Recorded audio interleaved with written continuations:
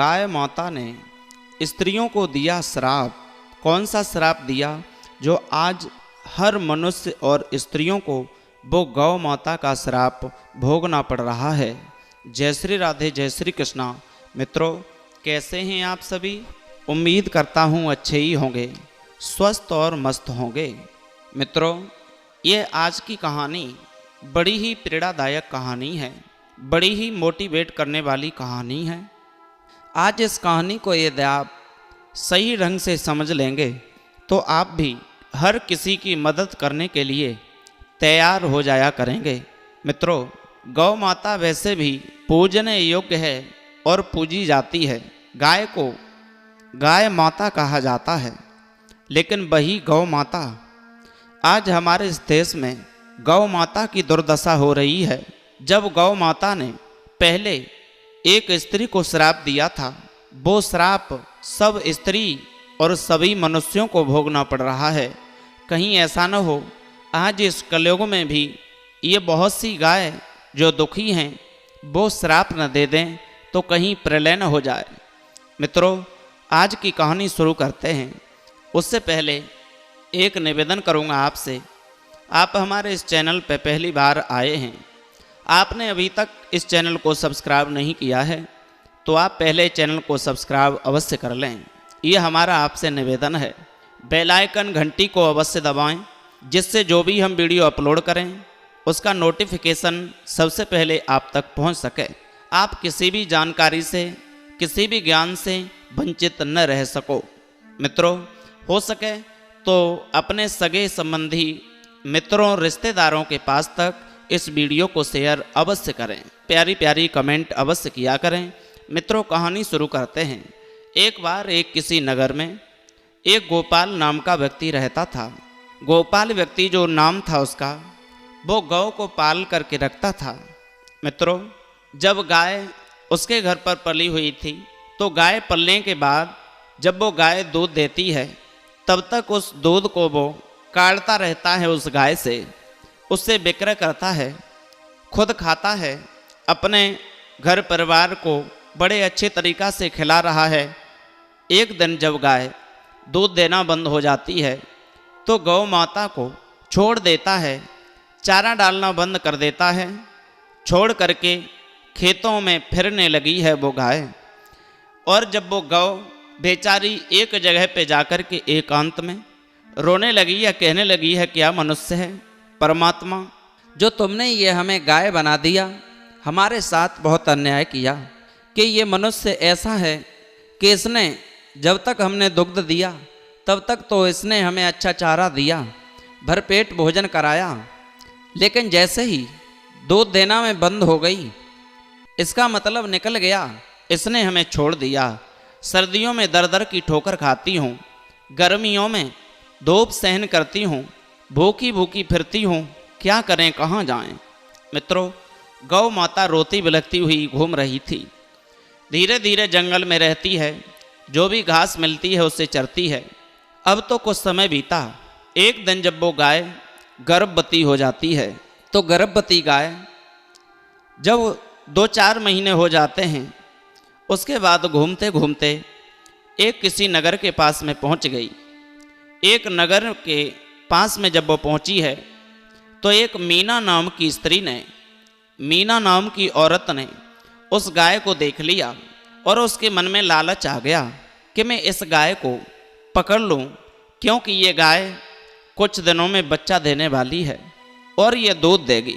ये सोच करके जब वो वापस लौट करके गई और अपने घर पे अपने पति को बुलाना चाही, तब तक वो गाय माता वहाँ से गायब हो चुकी थी।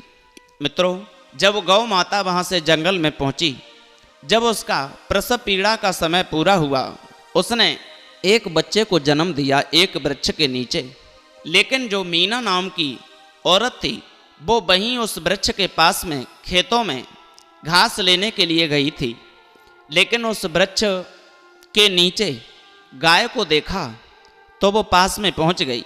लेकिन वो बेचारी गाय और उस मीना नाम की औरत से, स्त्री से एक गुजारिश करती है, हे बहन, आज तुम हमारे ऊपर एक एहसान कर दो, क्या कि ये जो मेरा बच्चा है इसे मैं अपने हाथों से तो नहीं उठा सकती हूँ, लेकिन तुम मेरे ऊपर एहसान कर दो, एक मदद कर दो, किसी तरह से इस बच्चे को उठा करके मेरी गर्दन पर रख दो, जिससे मैं किसी सुरक्षित स्थान पर इसे लेकर के। आज वो हंसने लगी।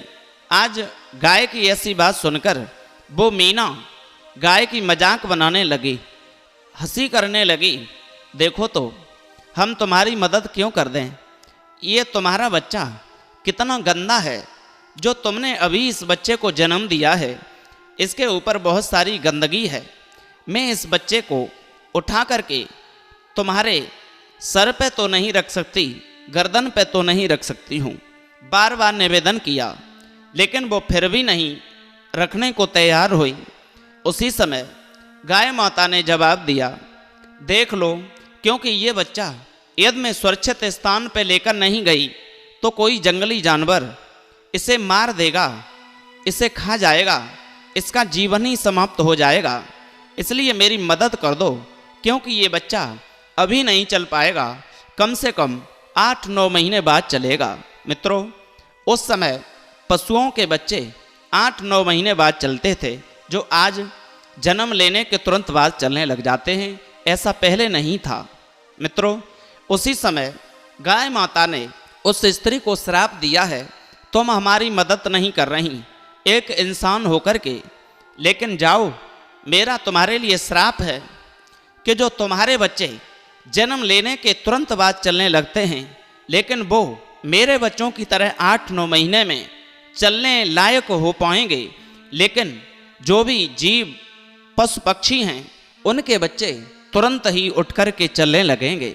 मित्रों, उस एक मीना की गलती से श्राप लग गया सभी स्त्रियों को, और वो भोग सब मनुष्यों को भोगना पड़ रहा है। यही कारण है, पहले मनुष्य जो बच्चा होता था वो जन्म लेने के बाद तुरंत चलने लगता था। आपने प्रमाण देखा होगा, बहुत सारे देखे होंगे। सुखदेव ने जन्म लिया था, वो घर से ही निकल दिए थे जंगल की ओर। व्यास जी ने भी जन्म लेने के तुरंत बाद चलने लगे थे। एक नहीं कई एक प्रमाण हैं।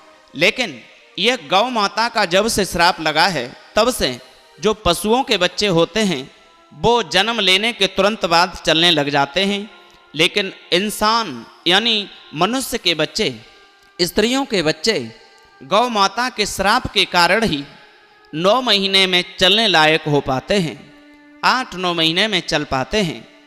मित्रों, गौ माता ने ये श्राप दिया था उस एक स्त्री को। सत्य कथा, सत्य घटना है। मित्रों, आपको यह वीडियो कैसी लगी? यदि अच्छी लगी हो तो चैनल को सब्सक्राइब करना, लोगों तक शेयर करना। लेकिन इस प्रसंग से हमें शिक्षा ये मिलती है कि यदि कोई असहाय जीव हमसे सहायता मांगता है, यदि हम सहायता करने लायक हैं, हेल्प करने लायक हैं, मदद करने लायक हैं, तो हमें उसकी मदद अवश्य करनी चाहिए। यदि हम मदद नहीं करेंगे तो हो सकता है उसकी कहीं हमें बद्दुआ न लग जाए। पहले जो श्राप होता था वही इस कलयुग में बद्दुआ हो गया है। बद्दुआ लग जाती है तो हमारे दिन अच्छे से खराब होने लग जाते हैं। मित्रों, अब लेते हैं विदा, फिर मिलेंगे नए इंटरेस्टिंग टॉपिक के साथ, मोटिवेट करने वाली कहानी के साथ। तब तक के लिए सभी भक्तों को जय श्री राधे, जय श्री कृष्णा।